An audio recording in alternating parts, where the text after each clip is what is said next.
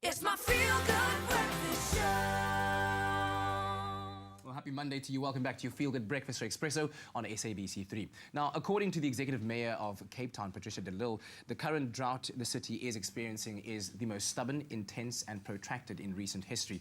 And as the city implements measures that plan to deal with the situation as continuing indefinitely, we have seen water restriction devices placed on meters in Claremont and Constantia homes, as well as the announcement of proposals to open 3 water desalination plants around the city.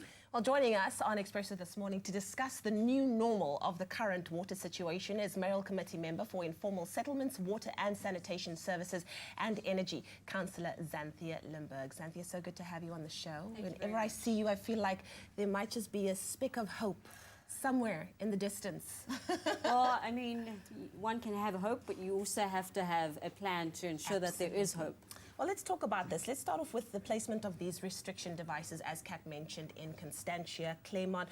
What was the water usage that was recorded in those areas to necessitates such devices? So the city has been driving an aggressive water savings campaign, and so many Cape Townians have worked really hard to ensure that they are true water ambassadors, and obviously we commend those individuals.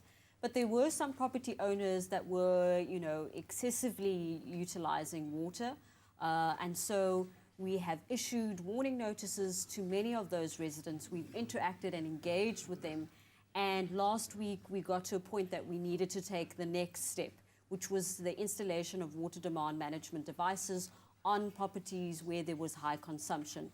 So some of the properties that we went to visit were consuming more than 100,000 litres of water per month. 100,000 per household? Yes, per household. Wow. So those properties, our water inspector went out there to understand whether there were leaks. Where there were leaks, obviously we gave them an opportunity to repair those leaks, but many of these households that we installed the devices on, they had no leaks, so it was purely consumption. Yeah. And so with the installation of these devices now, their water will be restricted to 350 litres of water per day. From 100,000? Yes, Okay. but we all need to ensure that we're part of the collective Absolutely. solution. And so we cannot allow for certain residents to work tirelessly to reduce their consumption, while others do not actually work along with us and pretend as if there isn't a drought at this point in time. Some of our pools are dry, I was Yeah. going to say. Yeah, there's a whole ocean that you can swim in if you'd like. But I guess the next question for me is, how much warning were these communities given before such action was taken? And then are there any other communities that might be facing the same action that are on the precipice of excessive use where we can't handle it anymore? So the properties where we installed water demand management devices had received at least 2 warning notices. We monitored their billing accounts since the beginning of the year, and so we track their record of consumption over an extended period of time, and therefore felt that there was no justifiable reasons for them to be consuming those levels of water, and therefore we had to take the step of installation of water demand management devices. We'll be continuing with the next phase of our installation. There are about 22,000 households that we've identified that have these unacceptably high levels of water consumption. And we believe by targeting this group of property owners, we'll be substantially able to reduce our collective consumption target and reach that 500 million litre consumption target, which we've set as part of level 4B water restrictions. All right, well, thank you so much for joining us, Councillor Limberg. We'll be talking to you a bit later on about something that particularly excites me, the possibility of prospective water desalination plants at various bays around the city that could end up being a bit of a relief, but though, as you've said to us before, it's not the complete solution to everything, but we look forward to engaging you on that a bit later on. It's my feel-good breakfast show. Well, we still have Councillor Xanthea Limberg with us, of course, from the Cape Town Committee Members of Utilities, and she's going to be discussing with us how the city is responding to the new normal, because that's what it is right now, with regards to the current water situation. Yeah, and we want to jump on the bandwagon of the very exciting news that broke last week, Thursday, that of the proposal of 3 water desalination plants in Granger Bay, Hout Bay and Dido Bay. And what exactly are these, the objectives with these plants, and what processes will have to be taken taking place in order for water desalination to be a reality? So the city released its water resilience plan last week, Thursday, and the plan looks at providing water, potable water for drinking purpose in 3 tranches. The first tranche looks at water extraction from ground sources, and we're looking to extract at least 100 million litres from different aquifers and streams within Cape Town. The other tranches looks at desalination in different forms, so through barges, ships, as well as container-based desalination plants, which will obviously be land-based. We have identified the locations for these sites. We've done much of the planning and environmental impact assessments. So we're essentially heading to the procurement phase.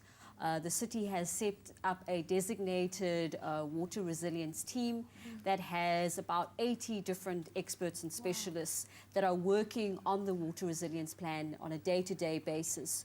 The first tranche of water becomes available in October 2017. As you know, we are now reaching the end of our winter rainy period, and our dams are at about 32%. So in order to manage the day zero actuality, we are going to have to accelerate the implementation of bringing on additional water supply, and that's what we're focused on doing. Wow, that's amazing. I also heard that there are site tours that are being conducted this week. What is the aim of that? The site tours is really to expose, because we went out for tender last week, we are obviously taking on the bids that we've received and doing an information sharing session and doing site tours to those who put forward their bids. Okay.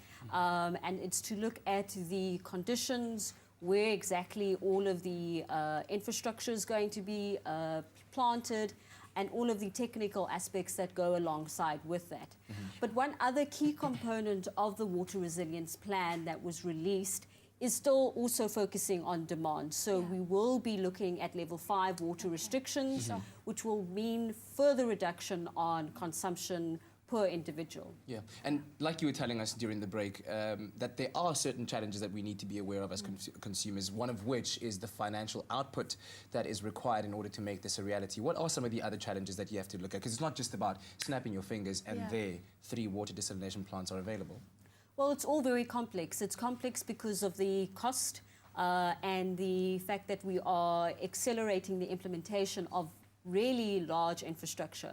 So initially we're looking at a 2 billion rand capital cost, 500 million rand operational, and that then increases to over 1 billion rand in the following years, which means that internally the city is reprioritizing its funding to ensure that we can implement this particular plan. And also we are drawing on all of our experts to ensure that we can meet the particular timeframes to bring on additional supply. So from an infrastructure point of view, from a project planning perspective, it is all very, very tight at the moment, but we are working tirelessly to ensure that we can manage the situation. Wow. Well, there we have it. Thank you so much for coming in and enlightening us on this. 2 billion rand, eh? Wow. Just give me a call if you need a loan. But, no, Well, as Mel says, I definitely need a loan. We have to plan actions for the drought situation as though it will continue indefinitely. So everybody, be sure to think water and be water wise. Now, if you would like more information on these water saving processes being implemented in the city of Cape Town, why don't you go and visit capetown.gov.za.